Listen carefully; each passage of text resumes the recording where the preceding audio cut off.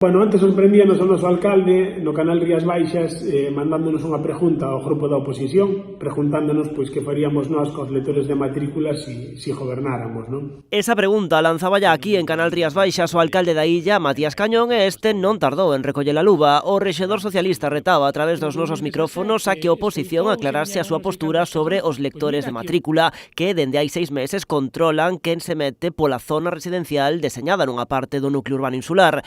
Cañón responde de forma tallante. Nós sacaríamos os lectores de matrículas, non estamos de acordo, daríamos unha volta a Castelao, que é a que genera os problemas de mobilidade xa non pa turismos, xa non pa turistas, sino pa os propios veciños da Arousa. Tamén critica que esta medida se aprobase por decreto. É un tema que el aprobou por decreto, que el non quiso debatir no pleno con nós, que el non o consensou con nadie, e que el pois impuxo ao pueblo e aos veciños. E defende tomar medidas que sexan aprobadas no pleno, en especial pros meses do verán.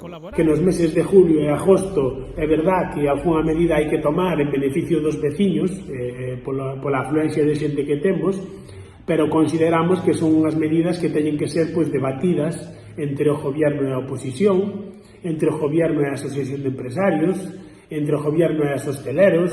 Cañón reclama ao alcalde que solucione os problemas que di lle está ocasionando os empresarios da vila. Debería estar solucionando os problemas a moitos empresarios que tomaron a relación de matrículas dos seus clientes como el lle mandou ou como eles lle mandaron, e que cada lunes pois pasaban as matrículas dos seus clientes que non vivían na Arousa para que non foran multados ao pasar polos lectores.